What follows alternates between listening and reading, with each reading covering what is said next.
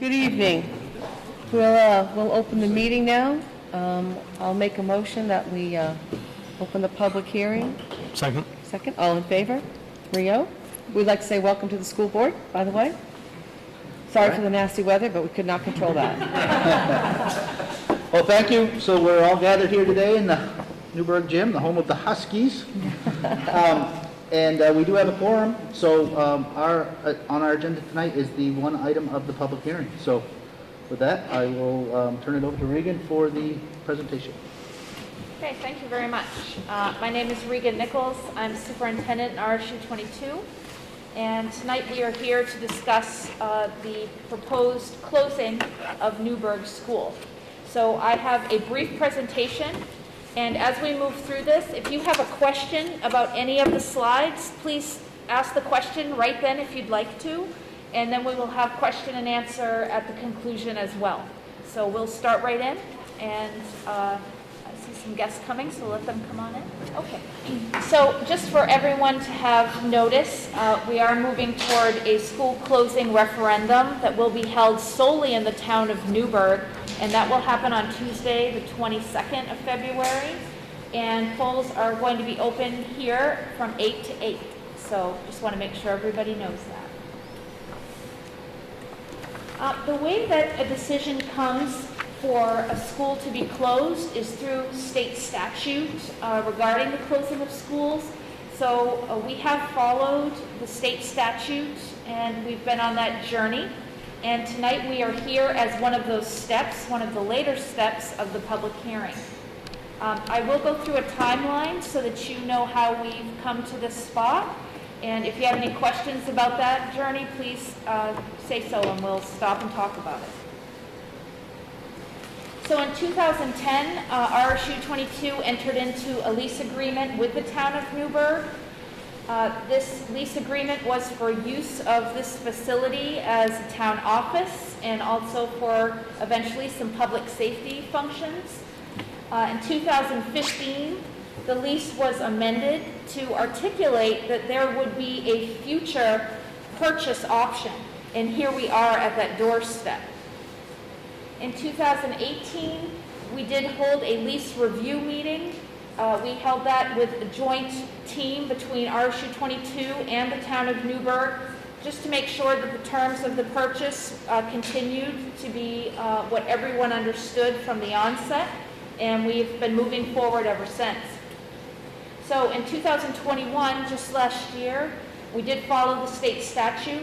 We submitted a formal letter to the Department of Education, letting them know that we were recommending the closure of Newburgh School due to lack of need, and I'll explain more about that in a moment, and that we would submit the cost data to show why it would be a benefit to the RSU to close the school, and we can talk more about that as well. And so in 2022, our board of directors held a vote at the school board meeting to call for the election, which we are planning for the 22nd of February. So let's talk about what lack of need is. And can you all hear me okay? Okay. So we're determining lack of need because what RSU 22 seeks to do here at the school for any school-related use can be fulfilled if the town of Newburgh owns the building. We don't have to own it to continue to have pre-K services here, which is of interest to the RSU. The lack of need for that building ownership has become clear over time, and we also had every intent to have good faith toward the original expectation back in 2015 that the purchase option would occur. The town of Newburgh brought the school into the SAD back in 1970. So this school actually was under the ownership of the town of Newburgh long ago. And the reason that the ownership couldn't occur back in 2015 when that interest was brought up was because the RSU had what's called a Quality Zone Academy bond on the building because energy efficient projects had been done throughout. So New lighting was put in at the time, heating system, windows, doors. And so until that bond was paid off, we couldn't move forward with the referendum. So the bond was just matured on January 15th, and so we've immediately moved to that next step. So before we move on from that, is there any question about that, or?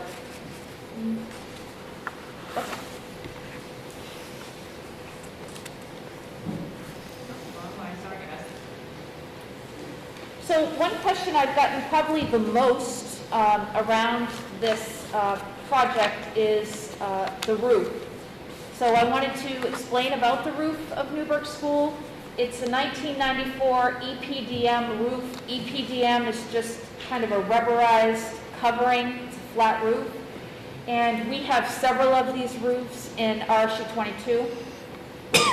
The 1994 roof has 2 sections here at Newburgh, and we have a list of all the roofs in the RSU, and we maintain a maintenance contract on all of them. This one has been under that contract, and we are told every year what should be reconsidered for potential replacement or recovering.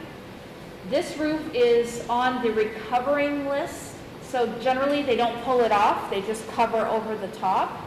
And there would be an approximate cost to recover this roof for Section 1 of $125,000 and Section 2, $50,000. We have other roofs in RSU 22 that are also on the list for recovering them, and we actually make that decision based on performance. We don't just take a date and say it needs to be done. We've had very good performance out of this roof. It's been very reliable. I have an entire sheet that shows all of the checks that have been done, and there have been 3 leak attention areas over the last 2 years that have been addressed, but those maintenance items have taken care of the problem. So we've also done snow removal, snow monitoring, routine leak, and our penetration work since 2003 on this roof. Every year it's been monitored through the contract. So I'll stop there though, because I know the roof might be a question for folks. When they originally put the roof on, was there like a 20-year, 30-year warranty, or do you know if there's any kind of warranty with it, or? There typically are warranties, and what I have seen in my work is that it's typically 10-year warranty for leaks, but the penetration depends on how it happens. Right. And so I will say that we have heard that there have been situations where maybe the roof has had some folks up there. We have to be very careful about that. But I can look into the paperwork. I think it's past its. Okay. That's fine.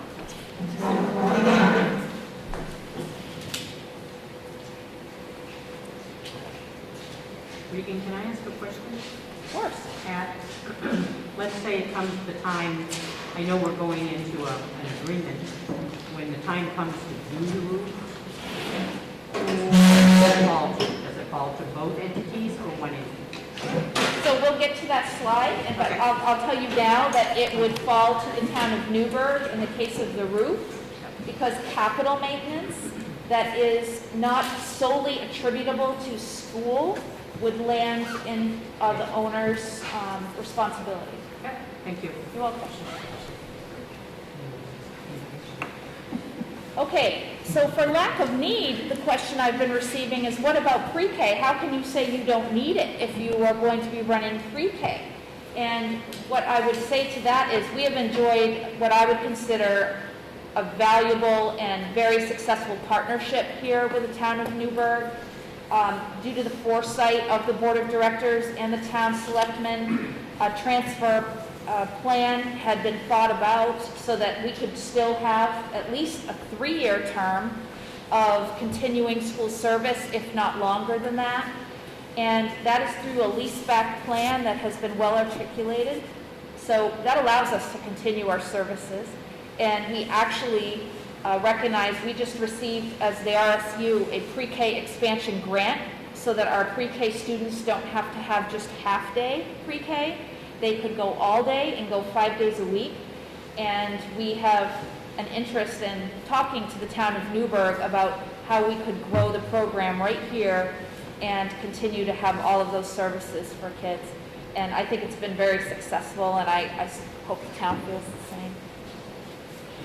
So, RSU 22, upon the successful referendum, would lease back space from the town of Newburgh for $1 a year, and the lease back terms articulate at least 3 years that would occur.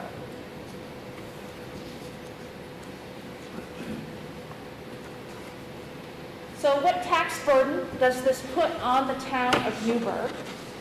The school building will be sold to the town of Newburgh for $1, and RSU 22 will continue to share in the expenses, and I've articulated for you how they'll be shared. So there's a 50% cost share of water cooler and testing, and I'll talk about water testing in a moment. Trash removal, unless it's separately billed by a provider. Electricity, unless it's separately billed by a provider. Fuel, custodial supplies, mowing, snowplow contract, and routine maintenance. And what I would speak to about this is we've got great practice because we've been doing this. We've just had a couple of areas where we aren't splitting it 50-50. We have some situations where the school right now is paying 75% and the town 25%. Other areas are 50-50. And we would move to a 50-50 split. I will say that in talking with Town Manager Grant, it's clear that as we do this rollover, there are going to be one-offs that we probably didn't think of or that just have been natural assumptions about who's taking care of it that we'll need to discuss. And we plan to have, after the successful referendum, a lease that is well articulated by both parties so that we can move forward. I'll stop there. Any comments from you? Or? No, it's been working very well, actually. So. One of the one-offs we had considered was insurances. We'll have to insure the building ourselves now. So if anybody's wondering what that would entail. So I can't say that this slide well articulates to Newburgh residents what the tax burden would be, but I would want to speak to you and say I think this is a very positive deal for the town of Newburgh, and the investment that's been put into the building, especially that energy efficient loan, is going to bring you a building that has good bones and good systems in it. So to Board Member Anderson's question about capital investments and repairs, so as I articulated earlier, if the investment of the repair is not attributable solely to the school property because of the school, the town will be responsible for that. So I've got an example that was written into the leaseback agreement years ago. And what it says is, if you go in the kitchen, because the pre-K will use the kitchen, and they need to have a new kitchen hood because the school or the DOE says you have to have that for pre-K, then we will pay for it. But if the town also requires a similar type of system, like say a fire suppression system, and the RSU needs something that's a step up from that because of code, then we would pay the difference because we have a shared interest in that suppression system being integrated into the building.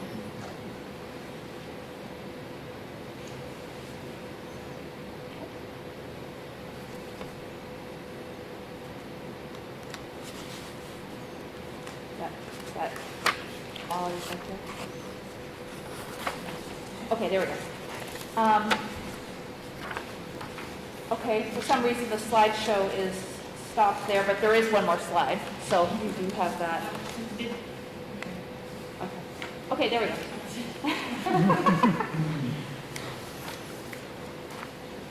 So what is the condition of the school overall? And I would want to say to the community that we're using the school on a daily basis for school purposes, with the pre-K being here. You know that your town office is here. Public safety has aspects of itself that is housed here, and our library with all your town meetings. I think that the building is performing well. Town Manager Grant and I speak when there are specific issues that need to be addressed, and we've been able to do that with relatively very little issue. The gym has been used quite regularly for recreation. I think that we consider this building to be in good condition. We walk it every year as the school board inspector team from the building committee, and we make note. I'd want you to know that approximately $209,000 was spent for that heating and ventilation system and some lighting indoors in 2010. And the kitchen has been maintained up to the Department of Education code, which are some of the most rigorous standards you could have in the state for a kitchen. And then the bathrooms are in working order, and we've been maintaining those as needs cause. And then back to the roof. So overall, I'd close there and say I'm happy to be at this point with Newburgh, and I think this could be a successful partnership going forward, as it has been for all these years. So I'm open to any questions.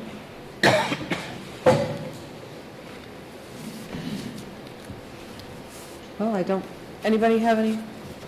Thank you very much for your presentation. It seems like, I'm a newcomer to the town, so it seems like we've funneled down into a decision process here. Now the voters are coming in at the end. I'm just wondering, does the town have any other options? A developer, which I'm not, but if I was to play devil's advocate, and we've got somebody that wants to pay $5 million for this building to turn it into apartments and whatnot. And this question is more for the selectmen, not for you, but I appreciate your presentation. You know, what are our options? Whenever I make a decision, I like to have a pro and con table and some costs associated with it. And all I have is this ballot, and Right. you know, a very simple question: do I approve or not approve? And not a lot of information to go on. So Well, I think that would be my question. Thank you very much. Through the years, when this school was an active school, it was the center of our community. And we really wanted to bring back the center of our community. We do own some land at the top of the hill where the old fire station is, and the plan is to hopefully have a new fire station out here on this lot, so it would be a municipal center. The town does not own any other land. I'm sure if someone came along and offered us $5 million, we would probably take a very serious look at that. But it could be problematic finding the alternative. But it can be problematic finding an alternative, but owning the building puts us in a position to, like I said, recreate a center of town, if you will. Put our municipal services all in one location, that sort of thing. But still, if you know somebody that wants to give the town $5 million, you can send them along. But you know what I'm saying? It just seems like we're at an end point, and Right. you know, we're being asked to make a decision without a lot of information. Well, the school closed, the children left the school quite a while ago. Oh, yes. 10 years ago. So this is something that's been, I mean, obviously, the state tried to consolidate school services, which is smart. We had a double wide, if you're new to town, you did not experience the double wide. We had mold and ants, I think, at the end of it there. So this was a step up. Our municipal fire and rescue municipal offices are already in the back corner. We've upgraded the internet here. There's room to grow, so to speak. We maintain the library, and that will still continue to be maintained. We'll still have the community library. So kind of a no-brainer for those of you. Kind of, yeah. It's like I said, it's nice to try to create a municipal town center one more time and give us. My question also comes from the perspective of, I just moved back to the northeast in Florida. Down in Florida, I pay $60 to register my vehicle. Up here, I paid $1,800. Now, it was not a shock because I did my research and knew it was coming. It doesn't make it any easier, if you know what I'm I'm saying. So I just want to basically hold people accountable and, you know, are we doing it cost efficient? And, Sure. you know, Well, if somebody was to walk in and pay us $5 million, that might be. Yeah, that would be real cost efficient, but it has been very cost efficient sharing the lease with the RSU. It's kind of a natural fit, I'll say. They have what's the Champions, official name for the Champions program? It's Champions, it's a kinder care arm, and they have a daycare, and when we had hybrid school, they actually ran daycare throughout the week here for the community. And I'd add one more thing. If that QSAB loan for the energy efficient project had not been in place, this would have been a done deal back in 2015 is my perception. Yeah. So, This was collateral for the bond, yeah. yes. Yes, yeah. Yeah. So it's sort of a natural flow, basically, the natural next step, if you will. Okay, well, thank you very much. Thank you. everybody. I appreciate it. Yep. Welcome. I just wanted to I just had a comment too. You know, when we talked about lack of need in the presentation and, you know, I don't think it's a lack of need. Obviously, we wanted to be here with the pre-K. It's a good thing for the town. You know, but there's no reason for the school to hold on to this and keep the town from doing what they want. So if we can turn this to the town can do what they want, and the school system can still do what we can do for the younger kids here in Newburgh, or maybe even any other little thing that can happen. But as long as we keep that in mind, that, you know, I think with this plan the way it is, both parties can have exactly what they want. We'll still get what we want from the school side of it, and the town can have what they want. They can own this land so that they can go out and build their fire station or whatever the town decides to do. But I think, you know, as we 2, 3, 5 years from now, I think we just need to keep that in mind, that it's good for both of us. So. Yes.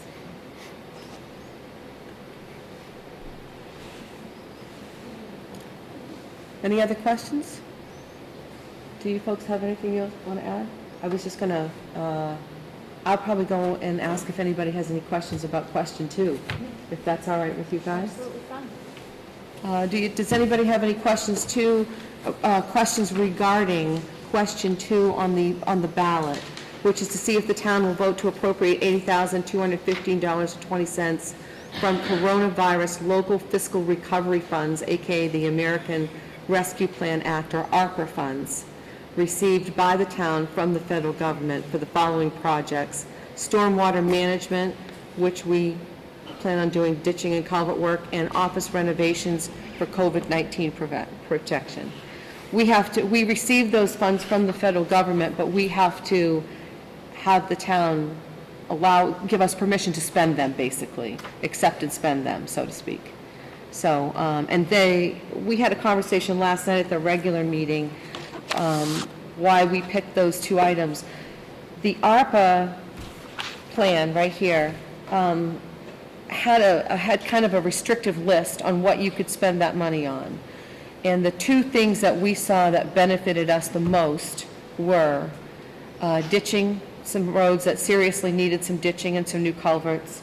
And we can take where you register now, the girls are both on a very short, small desk. We'd like to put a couple offices in the back, create a window there so that they can spread out, they can have files, Cindy can be right back in there, a little bit of a renovation there. That protects everybody in a COVID situation. They can spread out while they're waiting, the girls can spread out while they're working. I should say the staff, I'm sorry, I always refer to you guys as the girls. So, does anybody have any questions on that?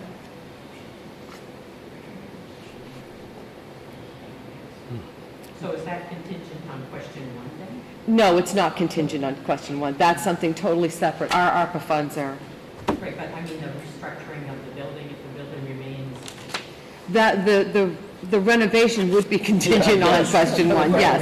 A little bit of, we don't want to upgrade something we don't really own. I didn't think so. No. And then the last question, of course, is to see if the town will vote to authorize the select board on behalf of the town to negotiate and enter into a 3-year lease with the RSU for use of portions of the building, which will probably remain very similar to what is happening now.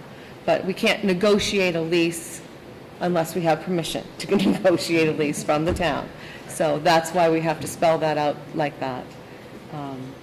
I would share that because of our pre-K grant, we might be interested in an extra classroom here. We use 2 classrooms right back there, and an additional space for the 3rd classroom we could fill would be fantastic here. I do think for the town of Newburgh and those people who commute to work, it's just been a great fit, so.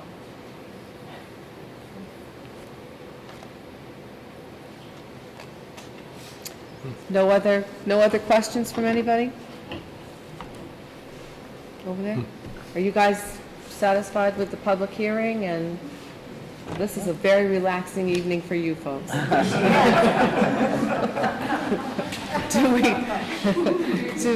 Would you like to make a motion Yeah. to adjourn your meeting, and then I'll adjourn my meeting? I entertain a motion to adjourn. So moved. We have a motion and a second. All those in favor? Okay. All right. I'll make That a was motion. unanimous. I'll make a motion that we close the public hearing.